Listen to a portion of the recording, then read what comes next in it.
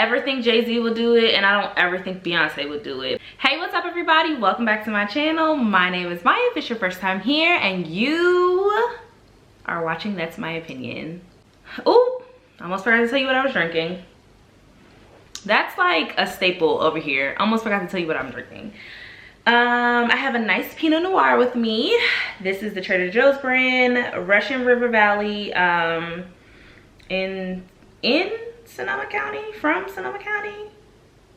2018. Really good, love it. I've already poured. I don't want to be making this video, but we're gonna take a sip.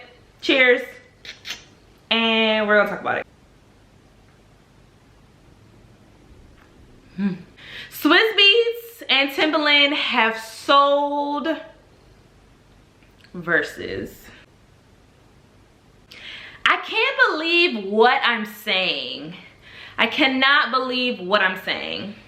It was released today that Swizz Beatz and Timbaland have sold Verzuz to Triller Network, which is the parent company of Triller. Triller is a TikTok competitor.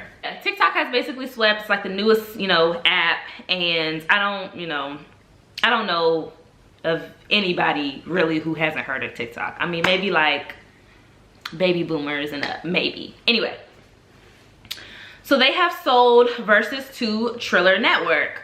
According to them, they are large shareholders, and if we're being honest, I saw this coming. I did not want to believe it, but I did see it coming. If you're unfamiliar with what Verzuz is, if you're unfamiliar with the concept, it was birthed at the beginning of quarantine, right, when the pandemic hit. And it basically was just, two artists who are with fairly comparable discographies went on Instagram Live and played their music back and forth, each taking a turn. The earlier ones were the best ones, the ones before it became a spectacle, before it became monetized, and before there were sponsors, and before the artists were in the same room, even though we're in a pandemic and it's COVID and whatever. If you ask me, when the decline of Verzuz happened, I would say right after the Teddy Riley Babyface Verzuz. There have been other good ones after them, but I think that was really when, in my humble little opinion, when it started to become too commercialized, and it was giving me very much like, well, I'll tune in if I have the time to tune in, but I'm not really pressed. So all of the terms of the deal, as far as, Swizz Beatz and Timbaland selling Verzuz to Triller, have not been disclosed. However, I do know that the 43 artists that have gone so far also have equity in the sale, however that works. So the artists that are confirmed to be made shareholders and partners in the Triller Network include John Legend, DMX, Alicia Keys, 2 Chainz, Rick Ross, Too Short, Patti LaBelle, Gucci Mane, Jeezy,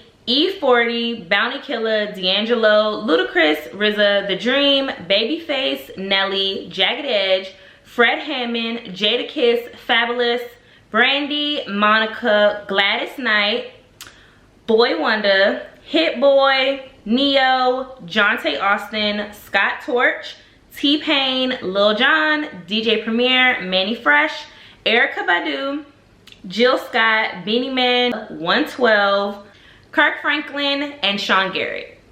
I'm torn.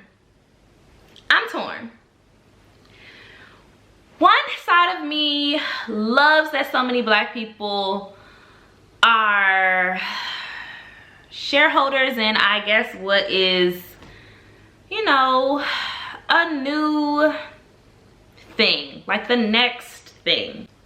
I did know about Triller before it was reported that you know, they sold Verzuz to Triller. You know, I'm not sure the numbers. I'm not sure how many people downloaded the app, how many people actually use it, especially you know, with TikTok. And then Instagram now has Reels, which is comparable to TikTok. The other half of me, everything doesn't have to be sold. Everything doesn't have to be monetized. Some things can just be for Black culture consumption. This started because of the culture, because of us. We wanted a way to entertain ourselves when, you know, we were in the house on lockdown, before businesses started opening up, you know, before the vaccine started being distributed. We wanted a way to entertain ourselves. We felt like we were all in the house.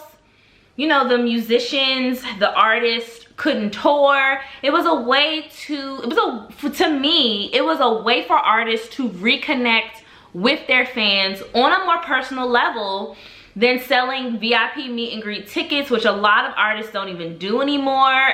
You know, rightfully so, because there are a lot of crazies. But it was just a very authentic way for us to connect with, you know, our favorite artist. It just got so weird when they started monetizing. And I get it, you know, it's a very large platform. You know, it's being shown on Instagram Live. It's also being aired on Apple Music. The proof is right there in the pudding. The streaming numbers for all of these artists have, you know, shot way up, because it was an element of nostalgia as well. But everything doesn't need to have a price tag on it. Some things are truly priceless. And I hesitate in saying this, but I really believe that Black people need to get better at gatekeeping things that are for us. I don't know if I necessarily trusted Swizz and Timbaland to gatekeep this, because as soon as I saw, you know, the sponsors, and as soon as I saw they're putting the artists in the same room, and it was, you know, becoming like a performance, which, you know, in some instances it was cool. Like the Jeezy versus Gucci Mane battle, I thoroughly enjoyed that. I'm young, so I had no idea about, you know, their beef, their controversy. I had to read up on that. So, you know, seeing them in the same room together and performing, it was entertaining. It was very entertaining. And I think, I'm not sure what the most watched Verzuz is. Actually, let me look that up. So as of right now, this is a Revolt article dated November 22nd, 2020. Gucci Mane and Jeezy's Verzuz battle. It holds the record for highest viewed battle of all time. It says that they brought in 9.1 million viewers, and Brandy and Monica were, you know, the previous record holders. Which makes sense, makes, you know, complete sense. People love to see how beef plays out live. That totally makes sense that Gucci Mane and Jeezy have, you know, they hold the record for the highest, for the most viewed battle. I'm a little disappointed. I'm a little disappointed because something about me wanted it to be bad Wi-Fi connection and brown liquor forever. Like, that is when it was the best. That's when it was the most authentic. It just felt the most Black. It just felt the most unapologetically Black when everybody was stuck at home. There was no conflicting anything. It didn't have to get rescheduled a bunch of times because Ashanti had COVID. I'm very interested to see what the content is going to be. I'm very interested to see if they're going to stick with their original format of Instagram Live and airing it on Apple Music. I think my expectations may have been a little too high for Swizz and Tim. You know, we still haven't even gotten some of the battles that we won. I don't ever think Beyonce would do it. I'm just very interested to see how this is gonna play out, how the culture is gonna respond to this, how Black Twitter especially is going to respond to this. Because when you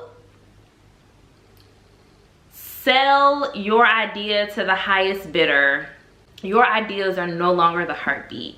As much as people, you know, like to say that, you know, I still own it, or I still, you know, am a part of it, I'll still be creative, you still have to answer to the people who are writing you a check. Unless they share the same vision, unless they share the same sentiment and know what Verzuz is original intent, its original purpose, it just won't be the same. I saw a tweet, it says, y'all idiots think the only way to own something is owning 100% of it. Now, when you sell your idea to a third party, you have more voices. You have more people you have to run things by. You have more opinions. No, the only way of owning something is not, you know, 100% owning it. And I do, you know, I understand that. I grasp it. Fine, whatever. But for Verzuz to have been monetized in the first place, I mean, we really could have just stopped at the sponsors. We really could have just stopped at Apple Music curating the playlist when, you know, everything was over, giving us the numbers and airing it on their platform. That to me was a good place to stop, because if I'm not mistaken, the culture is the one who came up with the idea of having the artists go live anyway. Swizz and Tim, I think they were like amongst the first, or they were the first to do it. But for them to kind of just hijack the idea and monetize and run off with it, it's a little janky. It's business, definitely business. But it's a little janky too. Some things just should be protected. Some things just should remain sacred to Black people. Am I saying Verzuz should remain sacred to Black people? No, I'm not necessarily saying it's sacred, because it is something that we just started probably a year ago coming up. But for it to be sold, I don't know. I want to be positive. I want to hope that they still have the culture's best interest at heart. I want them to still be able to keep the culture in mind when they're curating the events. D'Angelo has set a new standard. He actually did his Verzuz by himself. It was, you know, live streamed from the Apollo Theater, and I really hope, you know, that has set a standard now. Missy Elliott, she can do a Verzuz by herself. Verzuz just warms my heart, and I just really hope that Triller knows what to do with it. That's all I'm saying. Let me know what you think in the comment section below. Subscribe to my channel. Follow me on Instagram and Twitter at That's My Opinion. And I'll see y'all in the next one.